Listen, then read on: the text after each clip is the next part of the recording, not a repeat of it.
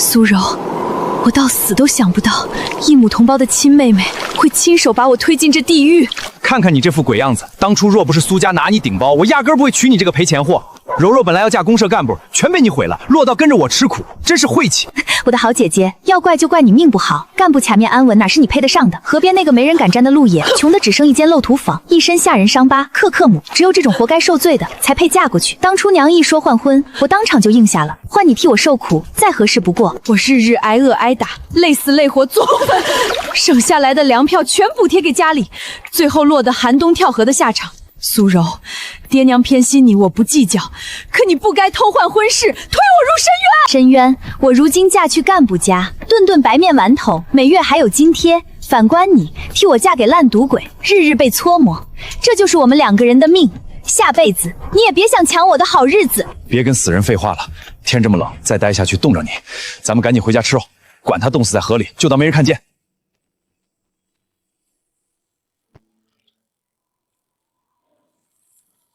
如果能重来一次，他绝不顺从爹娘安排，绝不傻乎替妹妹嫁任何人。不管是好吃懒做的赌鬼，还是人人谈之色翁的河边糙汉路野，他要攥住自己的人生，再也不任人摆布。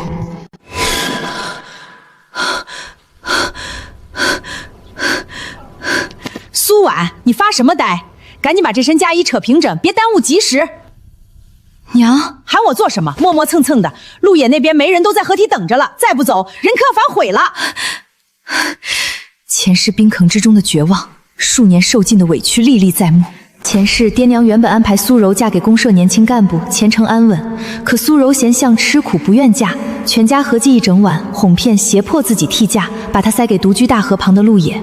前世她拼死反抗，被锁在柴房饿了2天，最后无力妥协，阴差阳错没嫁成路野，反倒被爹娘转手许给赌巫王强，落得悲惨结局。一切都对上了，她回到替嫁阴谋刚要实施的这一天。婉婉，娘也是为了你好，那公社干部家里规矩多，嫁过去天天要看公婆脸，她就孤身一人，家里没人管你，不用伺候公婆，多省心。娘真话就不必藏着说了，干部家的婚事是留给苏柔的，嫁去河边独居糙汉才是塞给我的，对不对？你这孩子怎么说话？手心手背都是肉，娘怎么会偏心？路也只是看着凶，好歹有大河傍身，饿不着肚子。干部要常年下乡，跟着要受苦，受苦的是苏柔，我嫁过去就是享福。妹妹昨天还跟毕姑娘炫耀，说要嫁给干部，以后顿顿吃细粮，不用下地挣工分。这话全村人都听见了。姐姐，你误会我了，我不是不想嫁干部，只是我身子弱，干不了重活，去乡下扛不住风吹日晒。你体格好，跟着路野在河边过日子，反而轻松些。轻松？全村谁不知道路野父母早亡，孤身一人，住一间漏土房，身上满是打鱼留下的伤疤。村里人都说他性子冷硬，不好相处，寻常姑娘看见他都躲着走。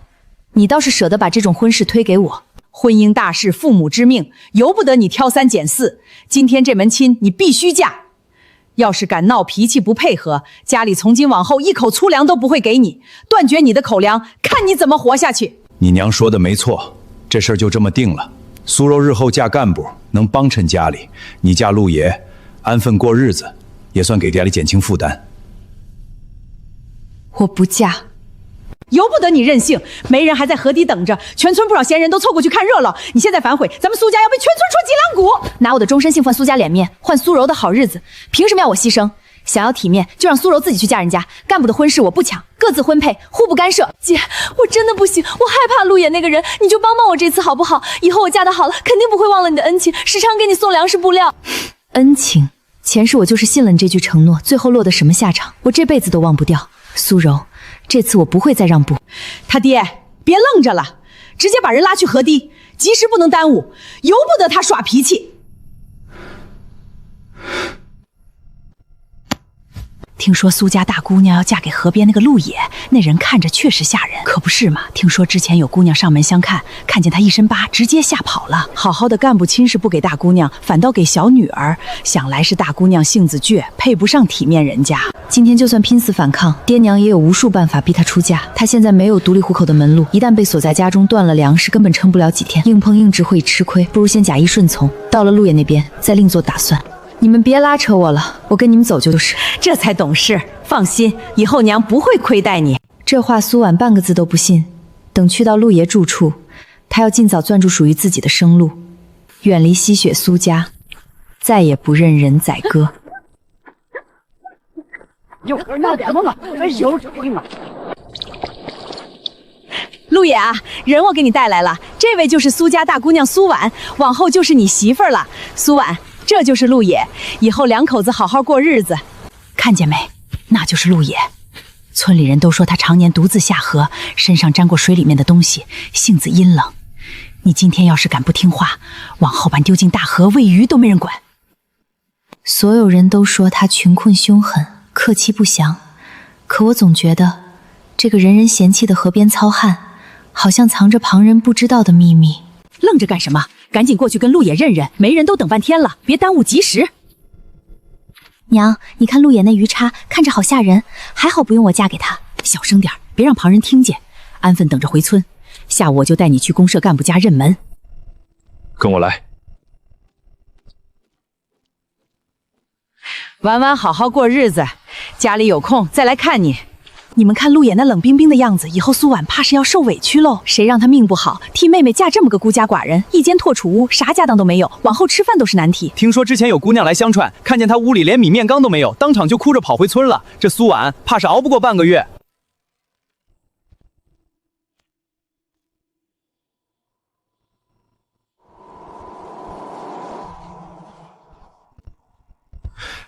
今天没来及下河，只有这个，先垫垫肚子。你中午也只吃这个？平时天亮下河捕鱼，晌午才能带吃食回来。今天去村口等媒人，耽误了。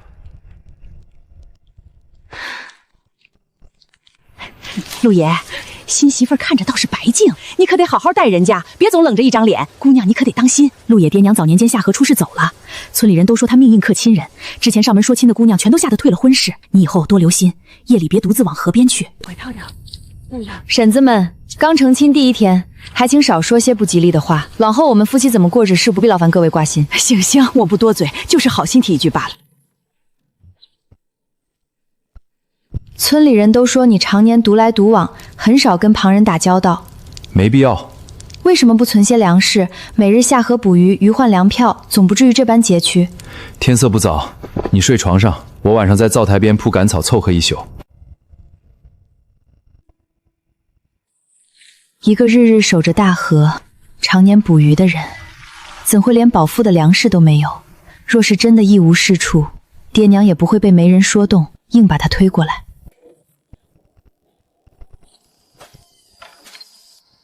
这么晚了，漆黑深夜，他独自背着渔网，拎着鱼叉去河边做什么？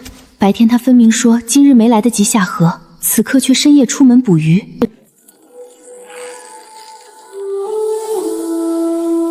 人人都说他穷困孤僻，一无是处，可他偏偏要深夜独自下河，这里面到底藏着什么不能让人知道的隐情？正常人捕鱼哪会专挑伸手不见五眼的深夜？这里头一定藏着秘密，不如悄悄跟上去看个究竟。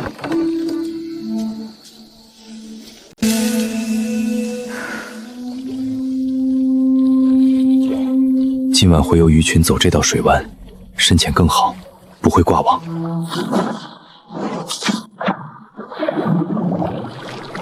就这一网，换去镇上供销社，少说能换好几斤玉米面，几张工业票，足够两人吃上10天半个月。可白日他屋里却只剩半块硬窝头充饥。他不是不会捕鱼，更不是旁人嘴里一无是处的穷汉，恰恰相反，整条大河没人比他更懂水，更懂鱼。他只是刻意藏之，故意白天不露面，专挑深夜无人时捕捞，从不对外显露自己的本事。前世的我稀里糊涂惨死冰河，从来没人跟他说过半分关于陆野捕鱼厉害的消息。全村上下统一口径，全都把他塑造成孤僻穷困，靠勉强摸几条小鱼苟活的糙汉。想来是他多年刻意低调，从不跟村里人争抢渔利，久而久之，所有人都被他骗了过去。前世他被苏家骗去嫁给烂赌鬼，日日吃苦受罪，最后冻死冰河。这一世虽然被迫替嫁，可她嫁的不是废物，是手握独门捕鱼本事，守着整条大河的能人。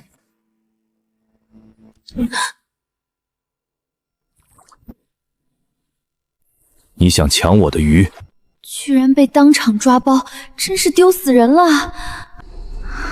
他犹豫一瞬，知道此刻再躲藏毫无意义。我没有抢鱼的意思，只是夜里听见你出门，心里好奇才跟过来。家里待不住，非要深夜跑到河边偷看我捕鱼。苏家派你来打探的，苏家只盼我一辈子困在苦日子里，哪里会费心让我来打探你的门路？当初是他们硬逼着我替妹妹嫁过来，我和你一样，都是被苏家算计的人。既然是一家人，有想问的，大可白天在家问。白日里家里只剩半块窝头，全村都说你日子过得揭不开锅。我亲眼见到你捕鱼的本事，才明白你是故意藏针，不愿让旁人知道你的能耐。我不向外泄露你捕鱼的法子，还能帮你把这些鱼卖出最高价钱。镇上几家国营饭店、黑市收鱼的贩子门路我全都清楚，我会算账，能避开检查站，不会被人扣上投机倒把的名头。咱们两人抱团，不用再过得这般拮据。你凭什么帮我？苏家养你10几年，转头就帮外谋生事情。从他们把我推来嫁给你的那一刻起，苏家就没把我当成自家女儿，只有这里才是我接下要过日子的地方。我帮你，也是帮我自己，咱们是拴在一根绳上的两口。先说好，若是你把今夜看到的一切泄露给村里人，或是回头给苏家通风报信，往后河滩的路，你不必再踏进一步。我答应你，半个字都不会对外人提。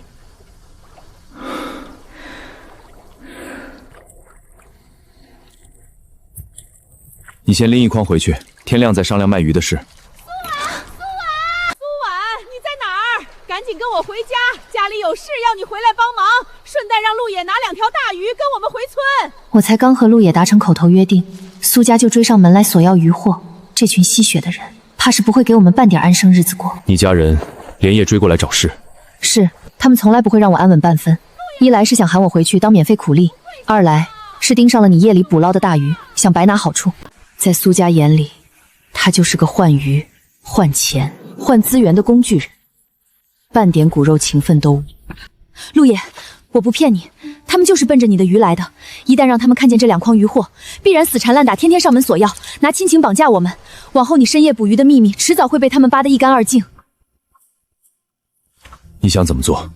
先藏鱼，绝不能让他们捞到半点好处。今夜的渔获说是你的心血，凭什么白白便宜一群吸血的人？另外，我跟你彻底摊开说清楚，我和苏家早就不是一条心。今日的婚事也是苏家精心算计的骗局。苏柔不肯嫁你，他们就哄我逼我，用断绝口粮、锁门扼渡头威胁我，让我替嫁。从头到尾我都是受害者，不是他们的棋子。我今晚跟着你偷看你捕鱼，不是为了打探底细给苏家报信，是我想通了，既然我被迫嫁过来，往后这里就是我的家，你就是我唯一能依靠的人。我心绝不向外。苏家今日弃我，利用我，往后我便彻底远离他们。我不仅不会帮他们算计你，我还能帮你守住你的门路。你擅长捕鱼，懂河水，懂鱼性，这是旁人学不来的本事。但你不善交际，不喜露面，不懂行情，不会卖货，容易被贩子压价，也容易被人盯上惹来是非。我刚好弥补你的短板。镇上国营饭店的采购员我认识，黑市的规矩、避开支查的路子我都摸清，能把你的每一条鱼都卖出最高价，还能帮你不让旁人盯上你的本事。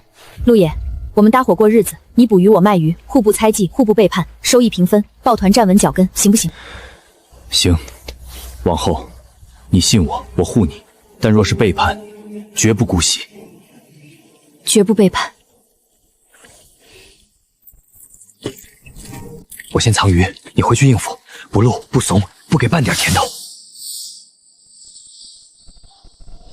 好，我去应付他们。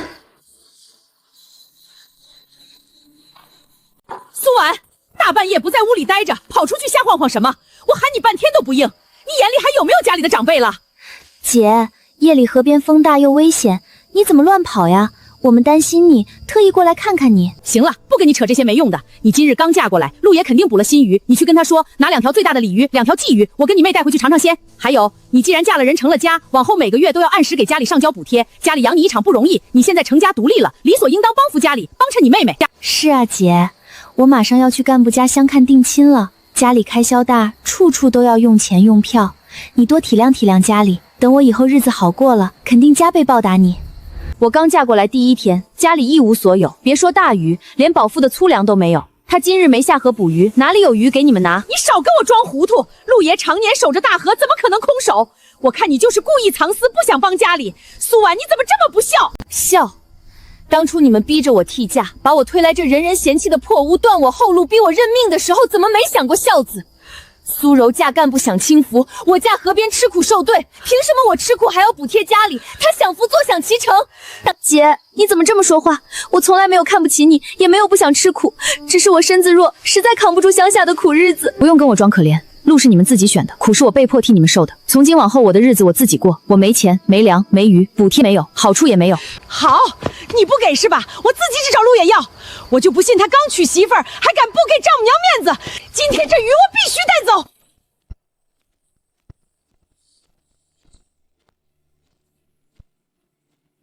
陆爷啊，你看你刚娶了我家婉婉，咱们就是一家人了。家里日子紧吧，你拿2条鱼让我们带回去，也算是你的心意。他们逼你，非要白拿鱼，还要我每月补贴娘家。我家没鱼没钱，更没有补贴。怎么可能没有？你天天守着大河捕鱼，怎么可能空空如也？陆爷，你别护着他，一家人哪能这么生分？苏婉，你给我等着，这事儿没完。过几日我带你爹和你哥一起过来，我倒要看看你们能硬气到什么时候。谢谢你，刚才护着我。分内的事，初次交锋只是开始，苏家最不讲理的男人还没登场，下次父兄联手上门，怕是要掀翻这间破屋，彻底断我们的安生日子。陆爷，苏婉，给我出来！翅膀硬了是吧？刚嫁人就敢忤逆长辈，还敢藏东西！来了，昨晚刘桂香放的狠话，果然不是吓唬人。今天苏家是全家出动，摆明了要上门闹事，强行压榨。苏婉，你给我滚出来！是苏家的米和苏家的水长大，刚嫁人就翻脸不认人，还撺掇外人欺负我娘和小妹。我怎么养出你这么个白眼狼？替你妹妹嫁个糙汉，我们苏家牺牲多大？你不知感恩就算了，还敢拦着不给家里东西，你良心被狗吃了！姐，我知道你心里不舒服，可你也不能这么对家里啊！娘和哥都是为了你好，你别这么狠心。我狠心，当初你们算计我替嫁，把我推入人人避之不及的火坑，逼着我牺牲一辈子成全苏柔，怎么不说你们狠心？婚姻大事，父母之命，让你替嫁怎么了？养你一场，让你为家里付出一次怎么了？谁家大姑娘不帮扶弟妹？帮扶，苏柔嫁干部，前途光明，衣食无忧。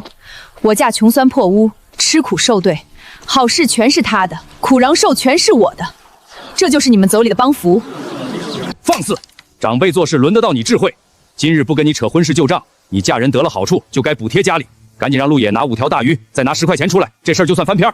别给脸不要脸，赶紧拿出来，不然我今天直接拆了这破屋，把你抓回家里干活抵债。这就是他的家人，一个吸血吃肉，毫无底线，从未把他当成真正的家人，只把他视作可以随意压榨的工具。这里是我家，你们想要鱼要钱，哼，问过我了吗？陆爷，这是我们苏家的家事，你一个外人凭什么插手？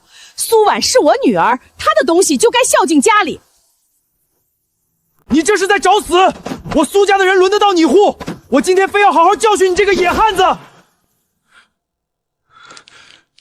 你敢动手，我就敢报公安，说你聚众闹事，强抢民财。你们想坐牢？陆爷，你非要把事情做绝。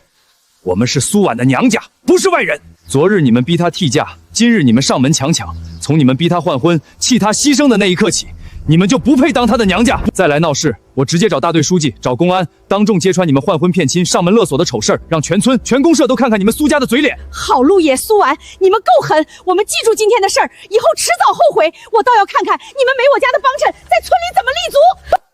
你们这样的娘家，我苏婉不要也罢。好，好的很，我们走，你们等着，这事儿没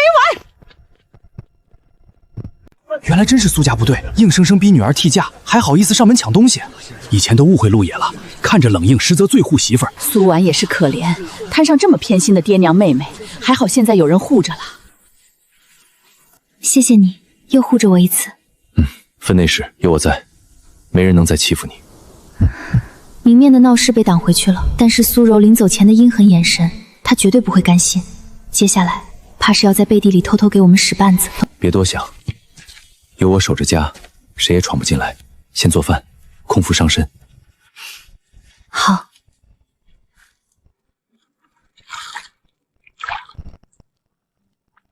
前世的这个时候，他被苏家锁在柴房，饿着肚子挨骂受罚，而苏柔正坐在屋里吃着白面馒头，喝着细肉汤，享受着本该属于他的安稳。一念之差，天差地别。多吃点，补身子。你也吃，我够吃了。凭什么？苏婉本该替他跳进火坑，受尽一辈子抬不起头，本该被全村人耻笑。可现在苏婉不仅半点委屈不受，还被陆野这般护着。反观她自己，若是苏家的名彻底败坏，她嫁去公社干部的好事大败玉会泡汤，渔获就是他们唯一的活路。我只要将船悄悄推去河央，任凭水流冲走，没了船和渔去，陆野几日之内都无法下河捕鱼。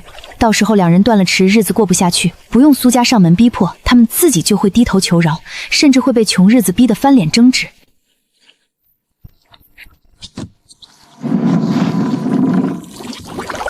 只要船飘远沉没，苏婉和陆野就彻底没了活路。苏柔，你在做什么？姐姐，我就是路过，看见船快飘走了，想帮忙推回来而已。你怎么这么看着我？帮忙推船？船原本稳稳靠在岸边，是你伸手往外推，水流湍急，你这是推船还是故意毁我们的生机？姐，你胡说什么？我真的是好心，你是不是还在生家里的气，所以故曲解我？我只是想跟你赔个不是，想好好跟你说话。赔不是需要偷偷摸摸躲在屋后，赔不是需要趁我们吃饭偷偷毁掉我们唯一的生机。陆野哥，我真的没有恶意，我就是好心帮忙。我姐她误会我了。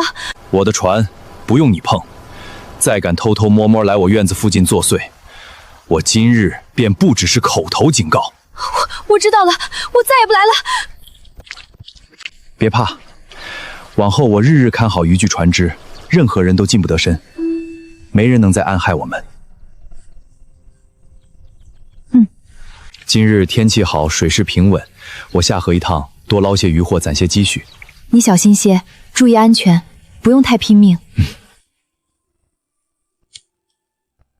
既然重活一世，他不仅要护住自己，也要和陆野好好过日子，把这个清贫的小家经营得温暖安稳，越来越好。苏家今日吃了大亏，丢脸面，苏柔也一定会心怀歹厌，他们绝不会善罢甘休，接下来定然会酝酿更大的阴谋，伺机报复。我常年扎根这片河道，深谙水情鱼性。何处鱼群扎堆，何时收网最合适，早已刻进骨子里。以前我只求温饱，捕鱼向来适可而止，但是一想到家里等着自己的小姑娘，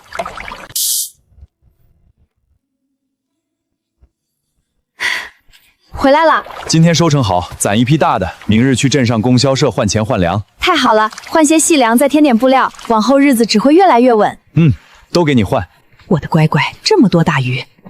平日里村里旁人捕鱼，大多都是零星小虾。陆野今日的收获抵得上普通人月的收获，一条大鱼就能换好几毛钱，这2篓鱼货少说能换好几块钱，还能换不少粗粮细粮。病去过奖，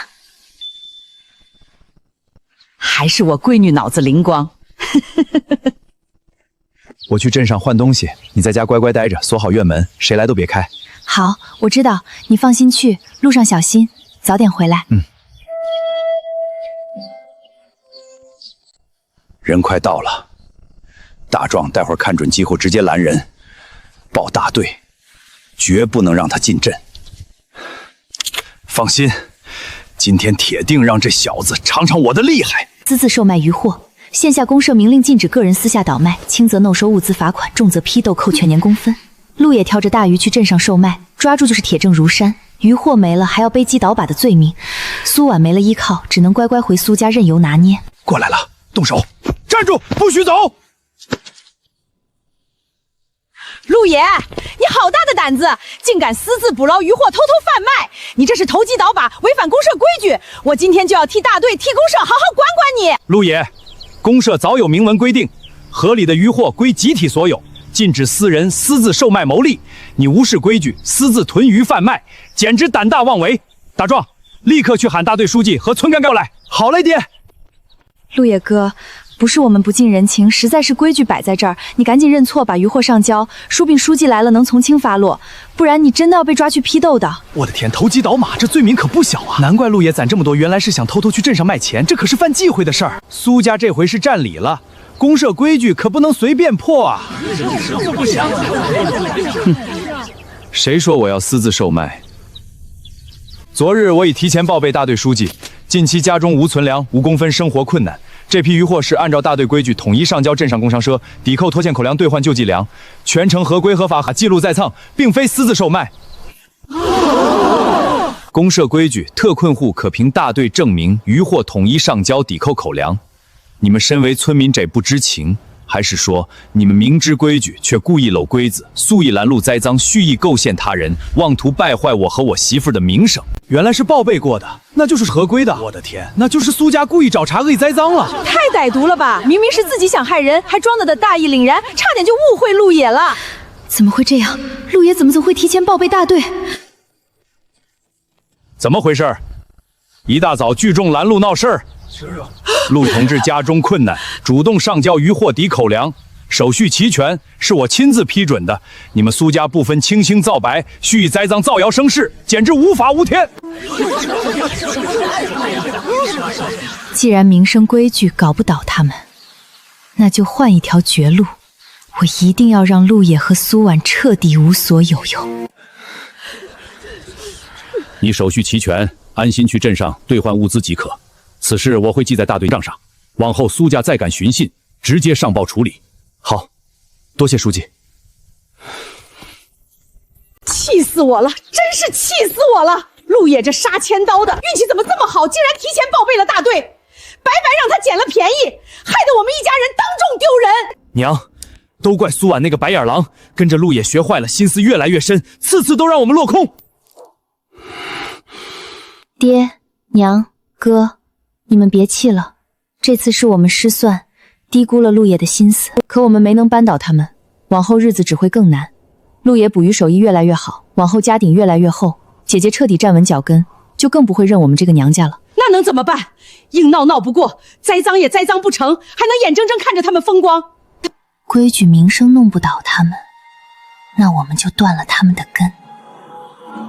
陆野最依仗的就是那条小木船和全套渔具，这是他唯一的生计，也是他和姐姐过日子的根本。只要没了船和渔具，他空有一身捕鱼本事也无处施展，不出半月，他们手里的积蓄就会耗光，到时候没吃食，日子寸步难行。对，还是我柔儿聪明，断了他的生路，我看他们还怎么风光。这事儿简单，我今晚就去河边把他的船凿烂，渔网剪碎，让他们彻底没饭吃。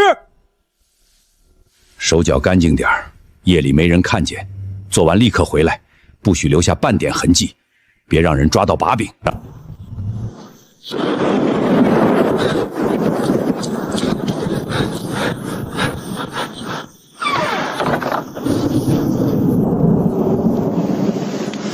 希望陆野能平安归来。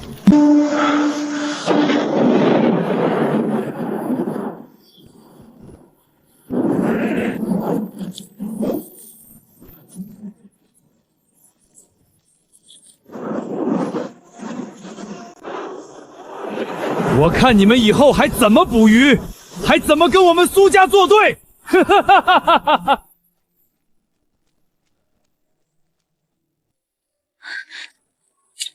你可算回来了，路上是不是很难走？有没有淋到冻着？苏婉，我在。船没了，渔具也全毁了。是苏家做的，对不对？是他们。白日村口栽赃失败，被书记当众训斥，丢尽脸面，他们不甘心，特意趁雨夜无人，毁了我们所有生计。他们怎么能这么狠心？你日日起早贪黑，风吹雨淋，全凭一身力气拼活路。他们一句话，一场恶意，就把我们的希望全毁了。委屈你了。我不委屈，我就是替你不值，陆野。他们就是看准了雨夜无痕、无凭无据，笃定我们拿他们没办法，才敢这么肆无忌惮。我知道，现在冲动上门，只会落入他们的圈套。没有证人，没有实打实的证据，他们大可以矢口否认，反咬我们恶意碰瓷，诬陷亲人。难道我们就这么算了？眼睁睁看着他们作恶得逞，没了船和渔具，往后我们靠什么过日子？不算了，作恶必有痕迹。今夜这笔账，我记下了，一分都不会少算。现在不急着对峙，越是绝境，越要沉住气。他们想断我们的活路，我就重新闯出一条路，不仅要活下去，还要天地都在活得比以前更好。好，我信你。你要做什么，我都陪你。先擦干身子，换身干净衣服，别着凉。天塌不下来，有我在。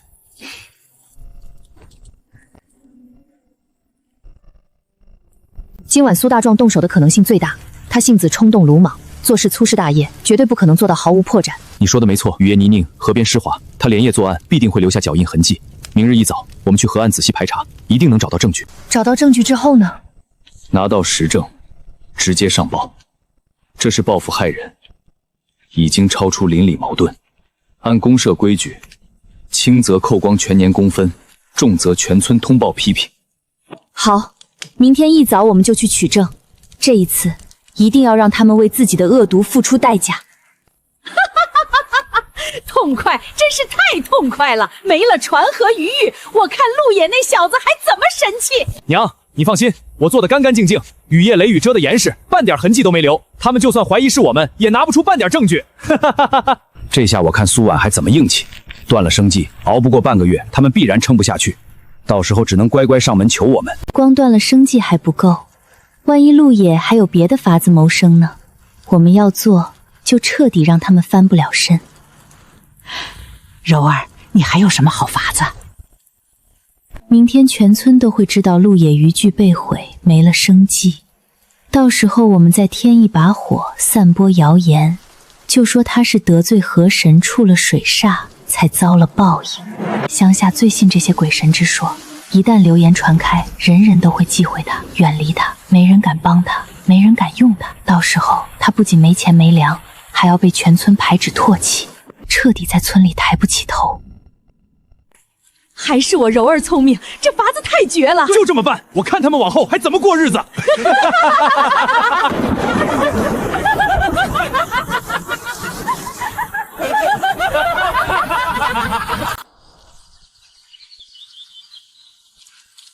听说了吗？陆野昨晚倒大霉了，船和渔具全没了。我就说他常年泡在河里，早晚要冲撞河神，这下应验了吧？妥妥的水煞报应，难怪雷雨下得那么凶，原来是老天在罚他，以后可不敢跟他家来往了，免得沾上晦气。怎么一夜之间全村都传开了，还扯什么河神水煞，根本就是无稽之谈。不用想，是苏家刻意散播的谣言。他们昨晚毁了我的生计，还不满足，今早又抢先一步，用鬼神流言堵死我们的人情路。他们也太歹毒了，断人心路就算了，还要败坏你的名声。乡下最信这些鬼神戳辞，这下全村人都要忌讳我们了。就是要这样，他们算准了，没了生计，再被流言缠身，没人敢帮我们，没人敢靠近我们，我们走投无路，就只能低头求他们。那我们更要快点找到证据，只要抓到他们作恶的把柄，所有流言不攻自破。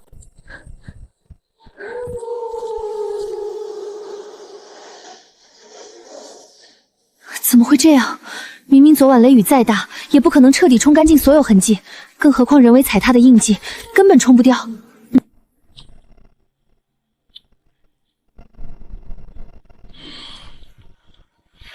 不是雨水冲的，是有人事后特意回来清扫过。苏大壮昨晚动手，苏柔怕他留下破绽，事后又悄悄回来善后了。只有他心思这么缜密。苏大壮鲁莽行事，只懂悔悟，不懂消痕。苏家能做到滴水不漏的，只有苏柔。他心思也太可怕了，毁掉生计，散播流言，清除证据，步步算计，根本不给我们留半点翻盘的机会。什么破绽？流言。船和渔具被毁是昨夜突发之事，除了我们和动手的苏家，没人知晓详情。全村今早统一传开鬼神报应的流言，是谁在背后刻意引导，一目了然。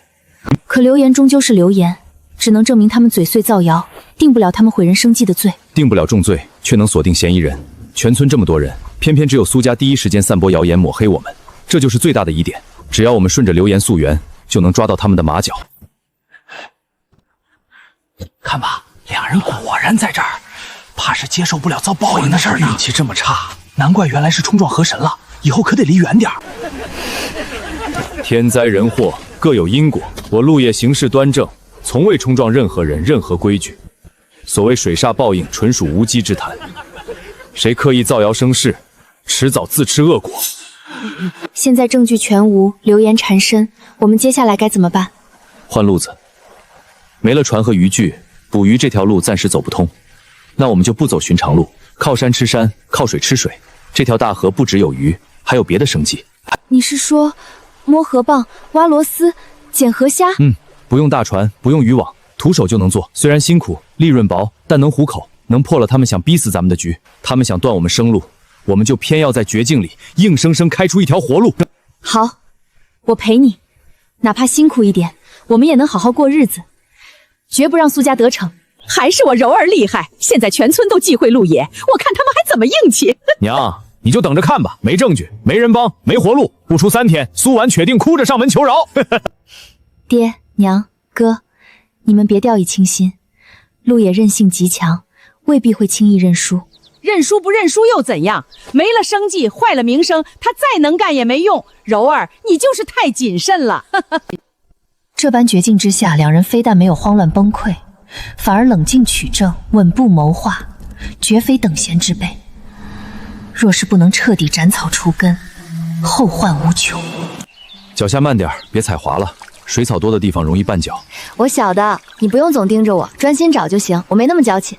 在我这儿，你永远可以娇气。本来就该我挣钱养家，是我没护住家典，让你跟着受苦了。我们是夫妻，本就该同甘共苦，哪有什么受苦不受苦的？苏家越是想逼垮我们，我们越要好好干，把日子过红火，打他们的脸。好，今天多攒一些，攒够分量就去镇上换钱换粮，先把温饱稳住。照这样下去，不用几天，我们就能攒够一笔小钱，到时候再慢慢添置新渔具、新船只，一切都会慢慢好起来的。一定会，只要人勤快肯吃苦，就没有熬不出去的绝境。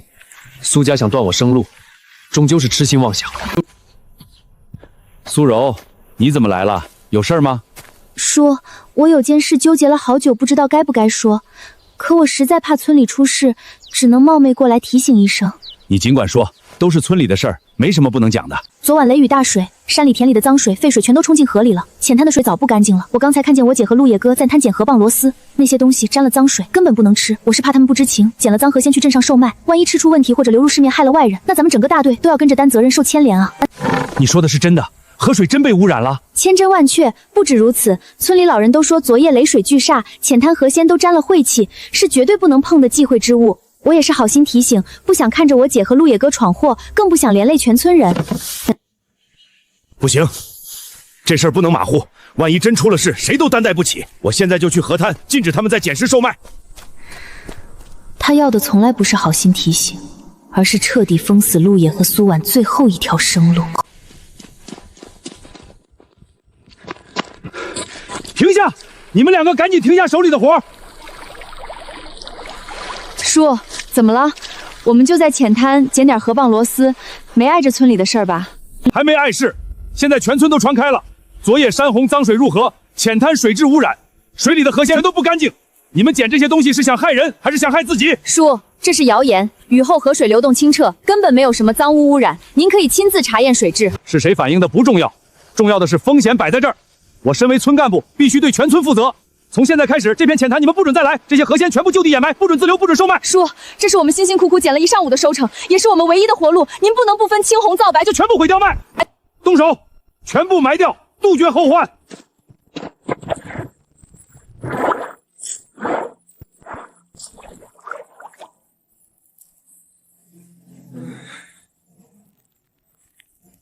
船毁网破，流言缠身，如今连徒手谋生的浅滩活路都被彻底封死。苏家这是铁了心要把他们逼入绝境，赶尽杀绝，不留半分余地。记住了，不准再踏入浅滩半步。陆野，苏婉，不好了，出大事了！李大嫂，怎么了？出什么事了？方才大队开会，苏家主动请缨，直接承包了咱们村这段河滩，以后整片浅滩河里的零碎河稀全都归他们家转控，旁人一律不准私自捡拾。他们竟然这么狠！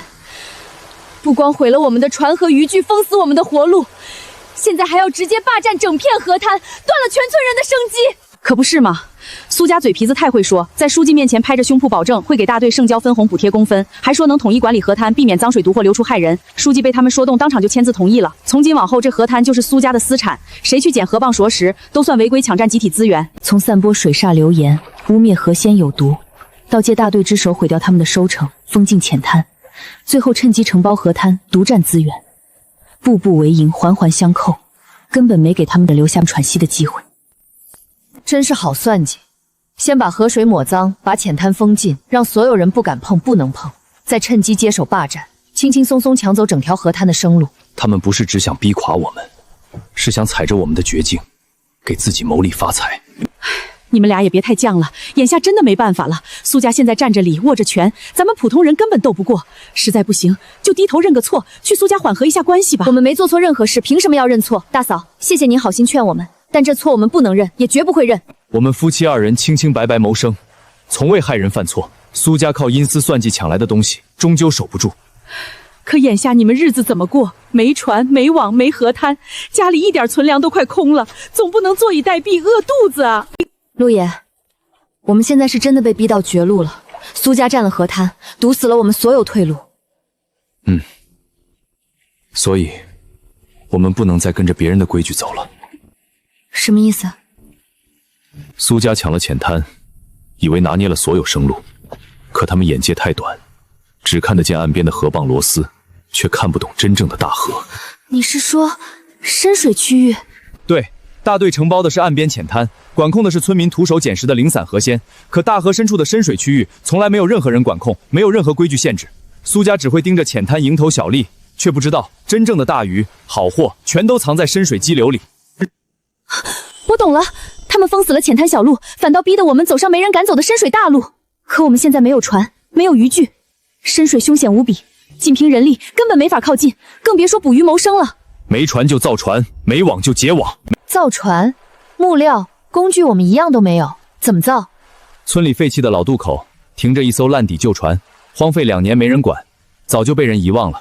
船体主体完好，只是船底破损漏水，稍加修补就能重新使用。至于渔网，我可以拆旧线、搓麻绳，熬夜手工编织，辛苦几日就能成型。可是深水湍急，暗流凶险，比浅滩危险100倍，你一个人去，我实在放心不下。我从小在这条河里长大，熟知所有水情暗流，哪里鱼多，没人比我更清楚。别人怕深水，我不怕。越是凶险的地方，越没人争抢，越能出大祸。他们想困死我们，我偏要借着这绝境一飞冲天。等我捕到深水大鱼，赚到第一笔大钱，就让所有人知道，苏家抢走的不过是尘埃，我们拥有的是整片大河。好，我陪你，你修船结网，我拾柴打磨，打理家事，我们一起熬过去，一起翻盘。太好了，从今往后河滩就是我们家的，那些河蚌螺丝随便我们捡，随便我们卖，这下咱家不愁没钱花，没粮吃了。娘，不光如此，陆野和苏婉彻底没活路了，没河滩没生计，不出3天，铁定饿得前胸贴后背，乖乖上门求我们。这一局彻底拿捏住他们了，再过几日，等他们彻底撑不住，我们再出面施舍，到时候苏婉只能乖乖听话，任由我们拿捏。爹娘哥，你们别掉以轻心，陆野韧性极强，未必会轻易认输。认输不认输又怎样？没了生计，坏了名声，他再能干也没用。柔儿，你就是太谨慎了。陆野的隐忍，苏婉的聪慧，这般绝境之下，两人非但没有慌乱崩溃，反而冷静取正，稳步谋划，绝非等闲之辈。若是不能彻底斩草除根，后患无穷。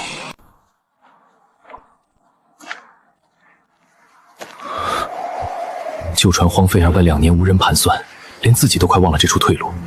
除却蓄意针对他的人，根本不会有人深夜跑来，费尽心思凿毁一艘废船。苏家步步紧逼，赶尽杀绝，从未留过半分余地。从毁船毁网、散播流言，到霸占河滩、封禁生路，如今更是提前预判他的退路，连夜毁船，封死所有转机，歹毒心思令人发指。你回来了，渡口的旧船怎么样？是不是简单修补就能用？怎么了？出什么事了？船废了。废了？怎么会废了？那船只是小破损，好好放了2年，怎么会突然坏掉？不是自然损坏，人为凿断了承重梁，断面斩心，是今晚刚做的手脚。又是苏家，一定是他们。他们不光要断我们的生路，还要提前堵死我们所有的后路，不让我们有半点翻盘的机会。除了苏柔，没人有这份心思和预判力。他太可怕了，他竟然算到了你会盯上废弃旧船，算到了你要走深水翻盘的路子，提前一步下手破坏。我们明明已经退到绝境，他们却依旧不肯收手，非要逼得我们饿死，彻底垮掉才甘心。是我低估了他的城府，让你跟着一次次受委屈。我不委屈，我只是不甘心。我们安分守己，勤恳谋生，从未招惹是非，凭什么要被他们一次次算计打压？凭什么？凭他们仗着无人取证，仗着手段阴私，笃定我们无可奈何。现在旧船彻底报废，浅滩被他们霸占，渔域船只全无，我们看似真的无路可走了。你是不是早就料到会有这一步？我猜到他们会继续出手，却没料到他们心思缜密到这般地步。那我们现在怎么办？所有生路都被堵死，硬碰硬我们没有证据，告状更是无从说起。不急着硬碰硬，也不急着告状。你的意思是？苏家霸占河滩，急于谋利，必然会连夜捡拾河鲜，明日一早赶往镇上售卖。他们靠抹黑我们，抢占我们的生路发财，就一定会留下痕迹。我懂了，他们为了赚快钱，绝对不会耐心等待沉淀，一定会急着出货。只要我们抓住他们私自售卖、违规牟利的实证，就能反过来举报他们投机倒把。没错，之前我合规上交渔货，被他们恶意栽赃，如今他们抢占集体河滩，私售集体河鲜，才是真正的投机倒把、谋私逢利。这一次是他们自己送上门的把柄。好，那我们今晚就守着。我就不信他们机关算尽，还能次次滴水不漏。还是柔妹儿厉害，直接断了那两口子最后的念想。这下我看他们还怎么蹦跶。娘，我早就说那旧船留着是隐患，还好妹妹心思细，提前给凿废了。从今往后，整片河滩的好处全是我们自家的。今晚多捡点儿，明天一早去镇上黑市偷偷卖掉，不进大队账，全部自留。这一波能赚不少。黑市，对，黑市价钱高，不用上交分红，比供销社划算多了。爹哥，你们手脚快一点，天亮之前必须收拾妥当，千万别让人抓到把柄。怕什么？河滩现在是我们承包的，捡点河鲜怎么了？就算有人看见，也挑不出错。陆爷隐忍的太反常，我总觉得他在憋大招。我们越是顺利，越要谨慎。哼，谨慎过头就是胆小。那两口子现在一无所有，只剩等死的份儿，还能翻得起什么浪？明天卖完这批货，我们就攒下家底了。到时候给你置办新布料，好好打扮打扮，争取早日嫁去公社干部家。只要能嫁去公社，彻底摆脱农村泥腿子的命运，他不惜一切代价。苏婉、陆野，你们的好日子彻底到头了，这辈子都只能被我踩在脚下。他们急着牟利，今晚必然大肆囤货，明日破晓就是他们出货的时机，也是我们唯一的翻盘机会。我陪你一起守，明日一早我们当场抓包，让他们尝尝被栽赃、被追责的滋味。天终于亮了，我这就动身去黑市，趁早出货，晚了人多眼杂，容易出事。慢点走，千万别被村里人创见。这批货卖完，咱们家就能添置不少东西。等等，不准去黑市！柔儿，你这孩子说什么胡话？不去黑市去哪儿？供销社价低，还要上交分红，根本赚不到几个钱。是啊，妹妹，咱们辛辛苦苦忙活一整晚，不就是为了多赚点钱？去黑市是最好的选择，稳妥又划算。稳妥，现在最不稳妥的就是去黑市。陆野和苏婉现在走投无路，被逼到绝境，正憋着一肚子火气找我们的把柄。他们清楚我们霸占河滩，急着牟利，今晚必然彻夜蹲守，就等着抓我们私售资、投机倒把的现行。你是说他们在暗处等着抓我们？没错，陆野心思深沉，隐忍多日，绝不只是为了认命。他故意放任我们抢占河滩，连夜囤货，就是想等我们罪证坐实，再一举报，让我们落得投机倒绑的罪名。事不宜迟，立刻装车。我们现在就去公社，赶在他们告状之前，先把调子定死。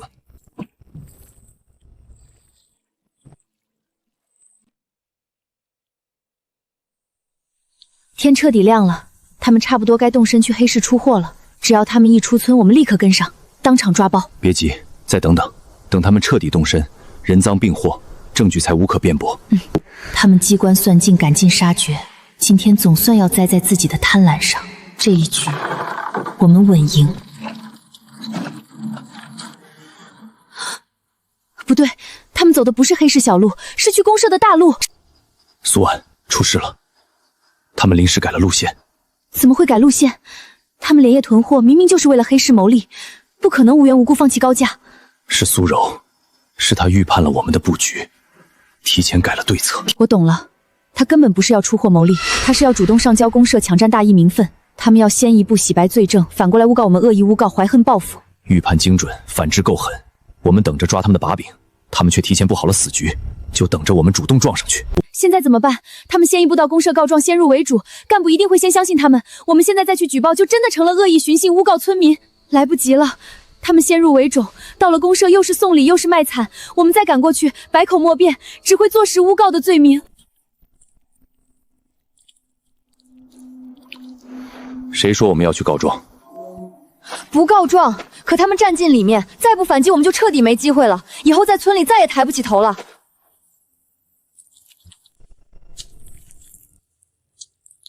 苏柔机关算尽，预判了我们所有的棋，却唯独漏算了最关键的一点。什么？到底是什么底牌能逆转现在的死局？他算计了河滩，算计了证据，算计了人心，却没算计水情。昨夜暴雨不止冲刷河岸，更冲开了上游的山泉活水。浅水区域看似清澈，实则暗流裹挟微量淤泥，河鲜肉质松散，腹内带沙，根本存活不久。而真正的关键，就是近3日河水暗藏季节性轻微水藻毒素，浅滩所有螺丝、河蚌全部带微量毒素，不可食用。我明白了，苏柔为了抢河滩牟利，连夜让人疯狂打捞，根本不分好坏，不辨死活。他们上交公社的这3大桶河鲜全部带毒。没错，他想装大公无私，讨好公社干部，拿集体名声压死我们。那我就让他亲手把带毒的河鲜送进公社食堂，一旦食堂造成集体食物中毒，别说立功受赏，他这就是蓄意危害公社人员安全，拿集体性命谋私利，太狠了！这才是真正的绝杀。苏柔以为自己在洗白罪证，殊不知是亲手给自己挖了万丈深坑。他预判了我们的退路，却栽在了他的贪婪和短视上。别急着激动，好戏才刚刚开始，我们不用急着去辩解、去告状，静静跟着看戏就好。可是，万一公社没发现毒素，直接用了怎么办？不会，公社食堂有专人验收食材，品相、鲜活度、安全性都会逐一检查。这批带沙带毒的河鲜，一眼就能看出异常。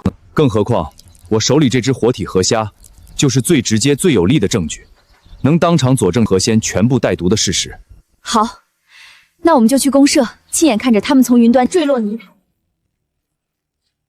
你们有什么事？今日我们专程前来，是要向公社回馈集体，尽一份村民本分。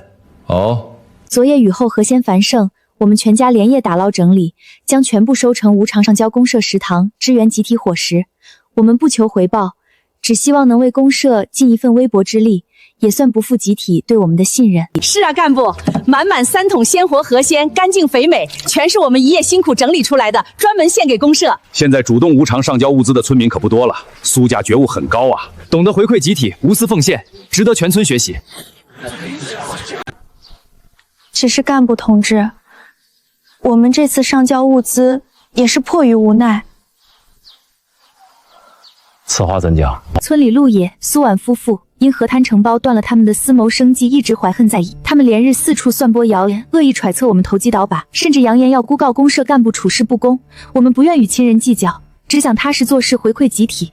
可他们步步紧逼，执意寻衅滋事，扰乱村里秩序，还请干部同志明察。竟有此事，无端诬告，寻衅滋事，无视集体规矩，属实恶劣，千真万确。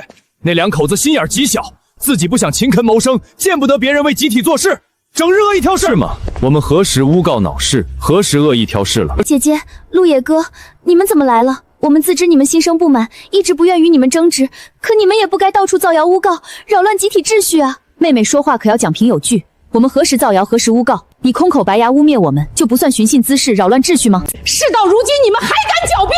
若非你们心怀怨恨，恶意揣测，我们何必连夜辛苦上交物资，自证清白？你们就是见不得我们家为集体做贡献，心思狭隘，自私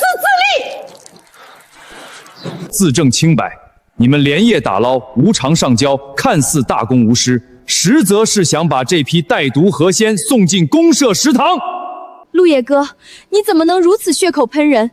各位干部明鉴，我们全家通宵迭然辛苦打捞河鲜，一分不留无偿上交公社，一心只为回馈集体，如今反倒被污蔑上交毒货，这简直是天大的冤枉！没错，这是污蔑，赤裸裸的报复。陆野和苏婉就是记恨我们承包了河滩，故意编造毒货的谎话，想毁了我们一家。他们自己心胸狭隘，怀恨在心，如今跑到公社颠倒黑白，简直胆大妄为。我们的河鲜个个鲜活，怎么可能有毒？陆野，你拿不出证据，今天这事儿我们跟你没完。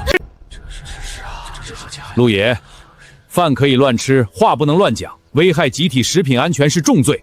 你若是没有实证，就是恶意诬告，后果自负。有没有毒，是不是诬告？查验一遍便知分晓，何须空口争辩？苏柔方才说自己无私奉献，可若是这批河鲜真的有问题，所谓的奉献就是蓄意谋害。姐姐，你怎能如此歹毒？就因为我们断了你们的生计，你就要置我们于死地吗？这些河鲜我们亲手打捞，个个鲜活，绝无半点问题。是不是你说了算，不是我说了算？让食堂验收员当场查验，一切自有公断。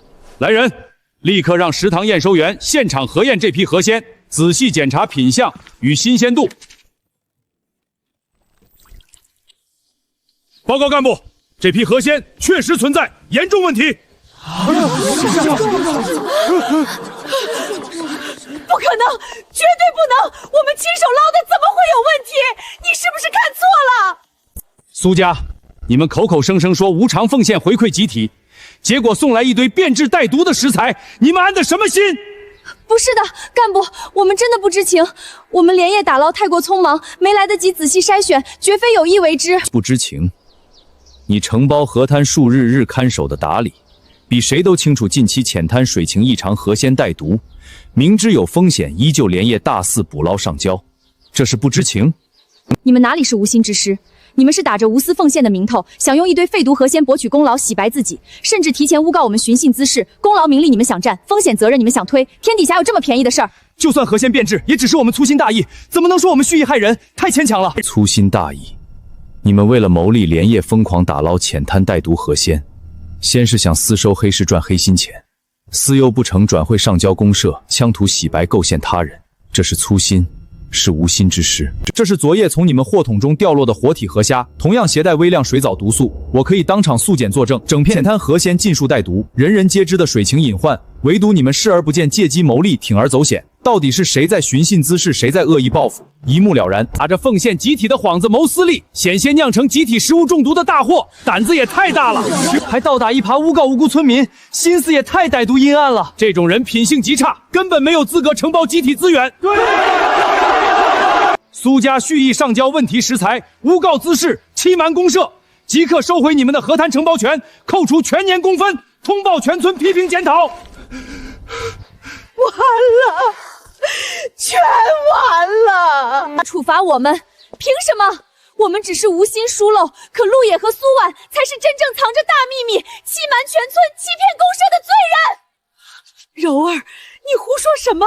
别再乱说话了，我们已经输了。是啊，妹妹，别闹了，再闹我们还要受罚。哎，各位干部，你们都被他们骗了。你们以为陆野是勤恳谋生的老实人，你们以为苏婉是安分守己的良家妇人，他们背地里一直在干私自倒卖野味、私下高价牟利的勾当，不止鱼虾河鲜，就连山里的野物，他们都偷偷售卖，严重违反规矩。苏柔，你可知诬告重罪是什么下场？此话当真？可有凭据？我当然有凭据。前段时间陆野夜夜深夜外出，从不报备，每次归来都藏着大量现金和粮票。他无功分大吃，无正当营事，哪来的钱财物资？全是靠偷偷倒卖河鲜野物赚的黑心钱。不止如此，苏婉嫁过来以后，穿衣吃食样样变好，家里短短10日攒下不少积蓄，根本不是普通农家能拥有的，这全是违规牟利的赃款。他们刻意伪装清贫，欺骗大队，糊弄公社，暗地里疯狂击倒靶，扰乱市场秩序。反观我们苏家，只是无心疏漏，和他们的重罪比起来，根本不值一提。难怪他之前捕鱼从不按规矩上交，原来是私下倒卖牟利，深夜频繁外出，收入来路不明，这确实不对劲儿。若是真的查实投机倒把，那可比上交问题食品严重太多了。苏柔，你满口胡言，我们安分守己谋生，所有收入清清白白，何时投机倒把私自叫卖了？安分守己。真的安分守己，为何不敢当众交代钱财来路？真的清清白白，为何夜夜深夜独行，刻意避人耳目？你敢说家里的积蓄全是正当来路？没错，我就说他们日子怎么突然好过了，原来是干着投机倒把的勾当，太黑心了，竟敢瞒着全村欺瞒公社。干部，这绝对是真的，他们藏得太深了。陆野，此事非同小可，你即刻给出解释。他们刻意歪曲事实，无中生有，摆明了就是想拖我们下水。我不否认，我曾私下售卖过部分渔获。大家听见了，他自己承认了，他就是在投机倒把。但我售卖的所有渔获，均已提前向大队报备，合规合法，从未私自高价牟利，更从未扰乱市场秩序。公社规矩明确，村民自主劳作所得渔获，少量置换物资补贴家用，不属于投机倒把范畴。苏柔断章取义，刻意歪曲规矩，蓄意构陷他人，居心何在？不可能，你怎么可能报备？明明没人知晓。你不知晓不代表我没有违规行事。你为了脱罪不惜捏造重罪，构陷至亲，为达目的不择手段，这般心性歹毒，谁敢信你半句证词？你口口声声说我违规牟利，拿出证据便是。若是无凭无据刻意诬告，就请公社依规从严处置你的诬陷之罪。我绝对不能输，绝对不能。他报备全是假话，他要是真的的依规行事，怎么敢藏着一批深水罕见大货藏在家里，隐瞒不报，私自囤货？苏柔，你此话当真？深水大货隐瞒囤货，这可不是小事。干部，我敢用我的明社担保，句句属实。前几日深夜，我偶然瞥见陆野从深水区归来，背着硕大的麻袋子，沉甸甸压弯了兜。那根本不是普通小鱼小虾，是难得一见的深水大鱼，珍贵野货。他没有上交大队，没有报备公社，全程偷偷摸摸藏隐逸，分明是想私下高价卖，赚取巨额黑心钱财。我的天，私自囤积深水大货，这胆子也太大了！难怪他不怕和谈备战，原来是手里藏着值钱的硬货。我说他怎么底气十足，处处跟我们作对，原来是手里藏着赃物。干部快查，一定要去他家彻查到底。苏柔，你说话全凭臆想，毫无凭据。深夜偶遇所见模糊，仅凭猜测就给我们扣上重罪，未免太过荒唐。猜测？我不止一次看见他深夜外出，寻常捕鱼何须躲着所有人，专挑深水暗夜行动？若非藏着见不得人的大货，何必这般小心翼翼？你别狡辩，空穴不来风。既然我敢举报，就经得起查证。既然有人实名举报，此事必须严查，公事公办，即刻派人前往陆野家中彻底搜查，绝不姑息。只要搜出半点痕迹，隐瞒集体资源、私囤大货罪名，陆野百口莫辩。苏家今日身败名裂的仇，他就要让对方加倍偿还。我同意搜查。身正不怕影子斜，我家中并无任何私自囤积、隐瞒不报的深水大货。我的确深夜前往深水区域劳作，也收获过罕见大鱼，但所有超出自用、规格达标的珍稀鱼货，我从未私藏，更未倒卖。空话谁都会说，没私藏，那收获的大货去哪儿了？难不成凭空消失了？我全部如实上交，而且也提前报备登记过了。你撒谎！村里没人见过你上交大货，大队也没有公示记录，你纯属胡说八道，糊弄干部。没有公示不代表没有登记，普通渔货报备大队即可。珍稀大型渔货，我直接对接的是公社专人登记，不走村里公示流程。不可能！你一个普通村民，怎么可能接公社专人？你骗人！王干部，我此前3次收获珍稀深水大货，均交由公社李干事亲自登记验收，记录在册，有据可考。今日苏家凭空捏造罪名，恶意举报，妄图构陷村民，扰乱公社秩序。若搜查无果，查证我清白，还请公社依罪，从严处置苏家诬告栽赃之罪。好，我即刻联系李干事核对记录，同时派人上门搜查，双线查证，绝不冤枉一个好人，也绝不放过一个违规之人。可事到如今，早已骑虎难下，只能死死硬撑，赌陆也在虚张声势。我刚刚核对完本月所有珍稀鱼货登记套长，册上干干净净，没有陆野的任何上交记录。干部，听见了吗？他撒谎，从头到尾都是骗我们，骗公社，根本没有上交记录，他就是私囤积深水大货，隐瞒集体资源，他还敢当众狡辩，欺瞒公职人员，罪加一等。我就知道这小子心黑，现在证据确凿，看你还怎么装！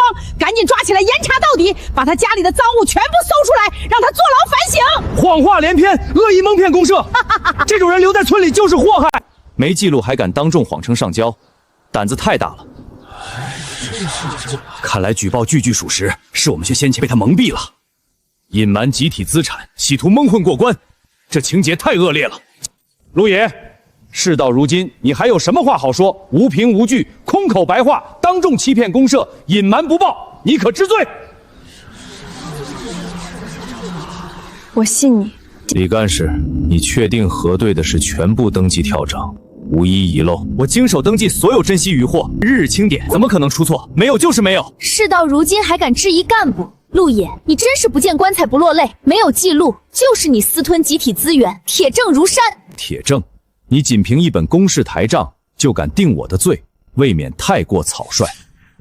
台账为公社保存有据可查的铁证，难道你想说公社台账作假？你休得胡搅蛮缠，肆意挑衅公职权威。乔账没有记录，是因为我上交当日，系统乔账尚未归档录入，我没有空口白话，也没有蒙骗任何人。这3张回支，就是李干事亲手验收、亲手签字、亲手盖章的凭证。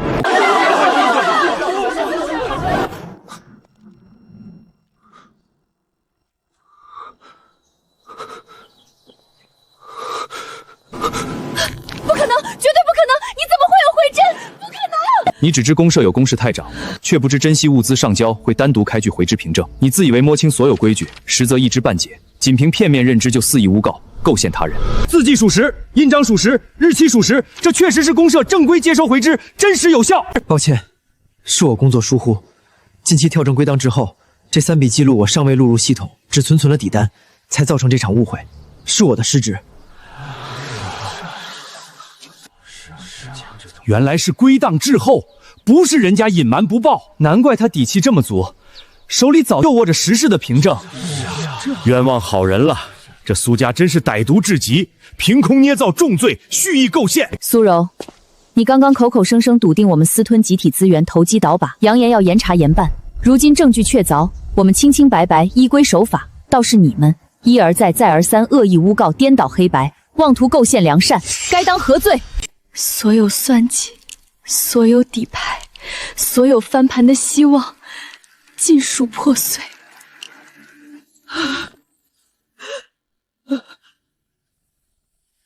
苏家，你们人心歹毒，屡教不改。先前上交带毒何仙，欺瞒集体，如今又凭空捏造重罪，实名诬告良民，恶意构陷，屡犯过错，性质极其恶劣。你们还不知道吧？苏婉她的真实身份，她不是苏家真正的女儿。